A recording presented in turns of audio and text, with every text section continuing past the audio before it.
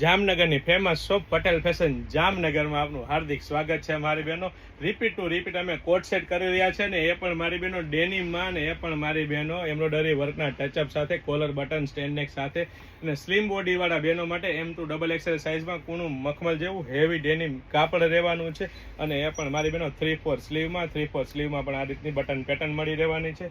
અને સાઇઝની વાત કરીએ તો M2 સાઇઝ રહેવાની છે અને સાથે સાથે ડેનિમનું જ પેન્ટ મળી રહેવાનું છે.